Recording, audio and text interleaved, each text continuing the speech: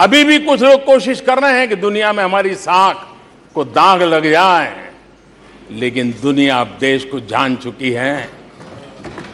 दुनिया के भविष्य में भारत किस प्रकार से योगदान दे सकता है, ये विश्व का विश्वास बढ़ता चला जा रहा है। और इस दौरान हमारे विपक्ष के साथियों ने क्या किया? जब इतनी सानुकूल वातावरण, चारों तरफ संभावनाएं ही संभावनाएं, इन्होंने अविश्वास के प्रस्ताव की आड़ में जनता के आत्मविश्वास को तोड़ने की विफल कोशिश की है। आज भारत के युवा रिकॉर्ड संख्या में नए स्टार्टअप लेकर के दुनिया को चकित कर रहे हैं। आज भारत में रिकॉर्ड विदेशी निवेश आ रहा है। आज भारत का एक्सपोर्ट नई बुलंदी को छू रहा है। आज भारत की कोई भी अच्छी बात ये सुन नहीं सकते। यही उनकी अवस्था है। आज गरीब के दिल में अपने सपने पूरा करने का भरोसा पैदा हुआ है।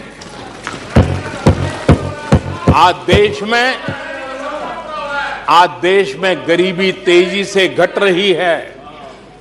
नीति आयोग के रिपोर्ट के अनुसार पिछले 5 साल में 13.5 करोड़ लोग गरीबी से बाहर आए हैं। आदरणीय अध्यक्ष जी,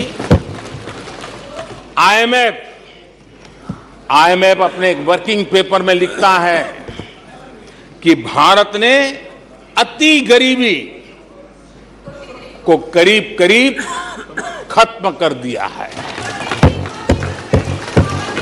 आईएमएफ ने भारत के डीबीटी के और दूसरे हमारे सोशल वेलफेयर स्कीम के लिए आईएमएफ ने इसे कहा है, ये लॉजिस्टिकल मार्वल है। आदरणीय अध्यक्ष जी, WHO ने कहा है,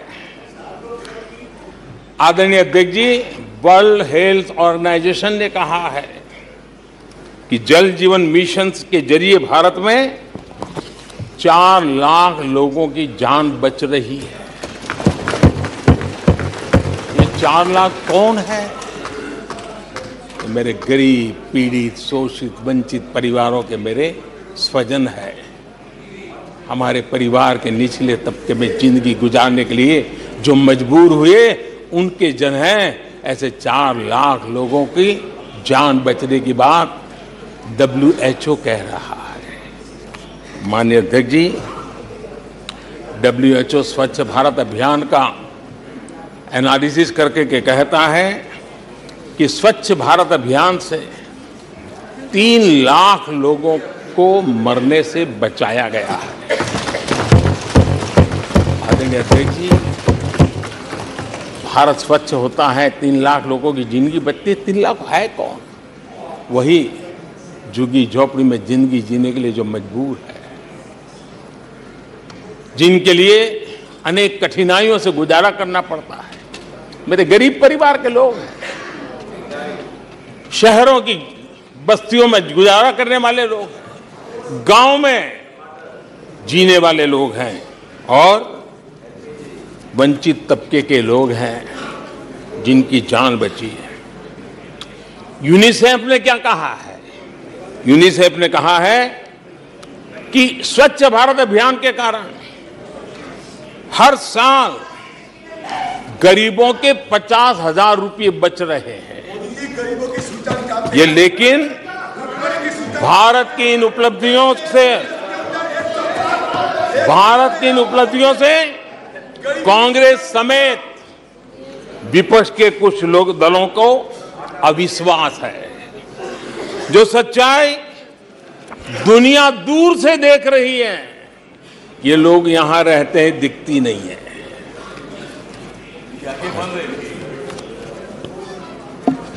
आदरणीय अध्यक्ष जी, अविश्वास और घमंड इनकी रगों में रस बस गया है। वे जनता के विश्वास को कभी देख नहीं पाते हैं। अब ये जो शुतुरमुर्ग अप्रोच है, इसके लिए तो देश क्या कर सकता है। आदरणीय अध्यक्ष जी, जो पुरानी सोच वाले लोग रहते हैं, मैं उस सोच से सहमत नहीं हूं, लेकिन वो कहते हैं कि देखो भाई, जब कुछ शुभ होता है, कुछ मंगल होता है, घर में भी कोई अच्छा होता है, बच्चे भी कोई अच्छे कपड़े पहनता है, जरा साफ सुथरा होता है, तो काला टीका लगा देते हैं। आज देश का जो मंगल हो रहा है चारों तरफ, देश की जो चारों तरफ वाहवाही हो रही है, देश का जो जय जयकार हो रहा है, तो मैं आपका धन्यवाद करता हूं कि काले टीके के रूप में, काले कपड़े में निकल के सदन में आकर के आपने इस मंगल को भी सुरक्षित करने का काम किया है। इसके लिए भी मैं आपका धन्यवाद करता हूं।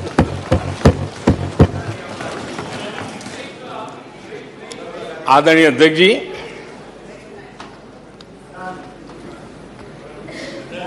पिछले 3 दिन से भी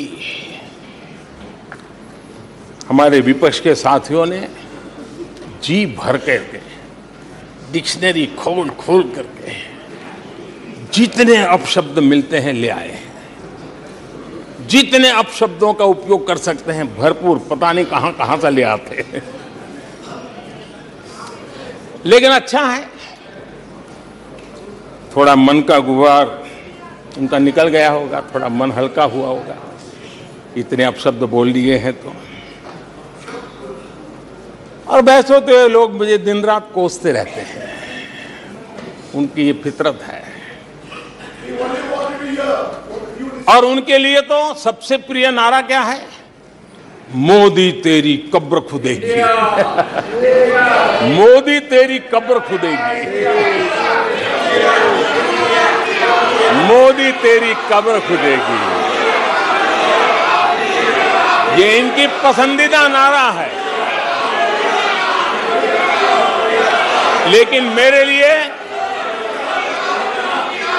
लिए इनकी ये गालियां, ये अपशब्द, ये अलोकतांत्रिक भाषा, मैं उसका भी टॉनिक बना देता हूं।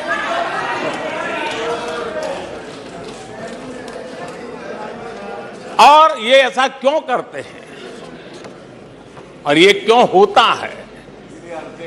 आज मैं सदन में कुछ सीक्रेट बताना चाहता हूं। मेरा पक्का विश्वास हो गया है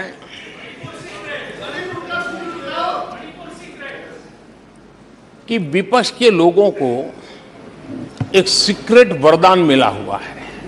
हाँ,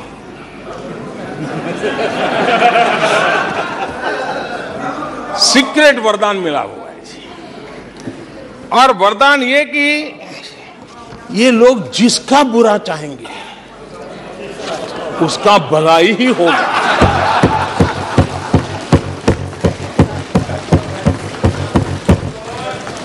एक उदाहरण तो आप देखिए, मौजूद है। 20 साल हो गए, क्या कुछ नहीं हुआ, क्या कुछ नहीं किया गया, लेकिन भलाई होता गया। तो आपको बड़ा सीक्रेट वरदान है जी। और मैं 3 उदाहरण से ये सीक्रेट वरदान को सिद्ध कर सकता हूं जी। आपको ध्यान होगा कि इन लोगों ने कहा था बैंकिंग सेक्टर के लिए, बैंकिंग सेक्टर डूब जाएगा, बैंकिंग सेक्टर तबाह हो जाएगा, देश खत्म हो जाएगा, देश बर्बाद हो जाएगा, न जाने क्या क्या कहा था। और बड़े बड़े विद्वानों को विदेशों से ले आते थे, उनसे कहलवाते थे ताकि उनकी बात कोई न माने तो शायद उनकी मान ले। हमारे बैंकों की सेहत को लेकर के भांति भांति की निराशा, अफवाह फैलाने का काम इन्होंने पुरजोश किया। और जब इन्होंने बुरा चाहा बैंकों का, तो हुआ क्या? हमारी public sector banks net profit 2 गुने से ज्यादा हो गया। इन लोगों ने फोन बैंकिंग घोटाले की बात, इसके कारण देश को एनपीए के गंभीर संकट में डुबो दिया था। बीते दिनों की बात हो रही है, लेकिन आज जो उन्होंने एनपीए का अंबर लगा के गए थे, उसको भी पार कर करके हम एक नई ताकत के साथ निकल चुके हैं। और आज सुबह निर्मला जी ने विस्तार से बताया है कि कितना प्रॉफिट हुआ है। दूसरा उदाहरण, हमारे डिफेंस के हेलीकॉप्टर बनाने वाली सरकारी कंपनी HAL, ये HAL को लेकर के कितनी भली बुरी बातें इन्होंने करी थी। क्या कुछ नहीं कहा गया था HAL के लिए, और इसका दुनिया पे बहुत नुकसान करने वाली भाषा का प्रयोग किया गया था। और HAL तबाह हो गया है, HAL खत्म हो गया है। भारत की डिफेंस इंडस्ट्री खत्म हो चुकी है। ऐसा न जाने क्या क्या कहा गया था HAL के लिए। इतना ही नहीं, जैसे आजकल खेतों में जाकर के वीडियो शूट होता है, मालूम है ना? हाँ, खेतों में जाकर के वीडियो शूट होता है हाँ। वैसा ही उस समय HAL फैक्ट्री के दरवाजे पर मजदूरों की सभा करके वीडियो शूट करवाया गया था और वहां के कामगारों को भड़काया गया था। अब तुम्हारा कोई भविष्य नहीं है, तुम्हारे बच्चे मरेंगे, भूखे मरेंगे, HAL डूब रहा है। देश की इतनी महत्वपूर्ण इंस्टीट्यूट को इतना बुरा चाहा, इतना बुरा चाहा, इतना बुरा कहा कि वो सीक्रेट आज HAL सफलता की नई बुलंदियों को छू रहा है। HAL ने अपना highest ever highest revenue register किया है। इनके जी भर करके गंभीर आरोप के बावजूद भी वहां के कामदारों को, वहां के कर्मचारियों को उकसाने की भरपूर कोशिश के बावजूद भी आज HAL देश की आन बान शान बन के उठ रहा है। आदरणीय अध्यक्ष जी, जिसका बुरा चाहते हैं वो कैसे आगे बढ़ता है, मैं तीसरा उदाहरण देता हूं। आप जानते हैं LIC के लिए क्या क्या कहा गया था? LIC बर्बाद हो गई, गरीबों के पैसे डूब रहे हैं, गरीब कहां जाएगा, बेचारे ने बड़ी मेहनत से LIC में पैसा डाला है। क्या कहें, जितनी उनकी कल्पना शक्ति थी, जितने उनके दरबारियों ने कागज पकड़ा दिए थे, सारे बोल लेते थे, वो सारे बोल लेते थे। लेकिन आज LIC लगातार मजबूत हो रही है। शेयर मार्केट में रुचि रखने वाले को भी ये गुरु मंत्र है कि जो सरकारी कंपनियों को ये लोग गाली देना, आप उसमें दांव लगा दीजिए साहब, अच्छा ही होने वाला है।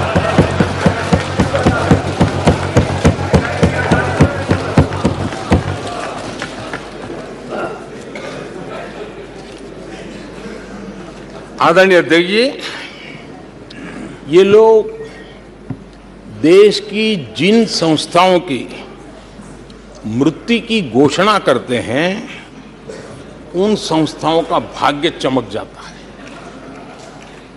और मुझे विश्वास है कि ये जैसे देश को कोसते हैं, लोकतंत्र को कोसते हैं, मेरा पक्का विश्वास है देश भी मजबूत होने वाला है, लोकतंत्र भी मजबूत होने वाला है और हम तो होने ही वाले हैं।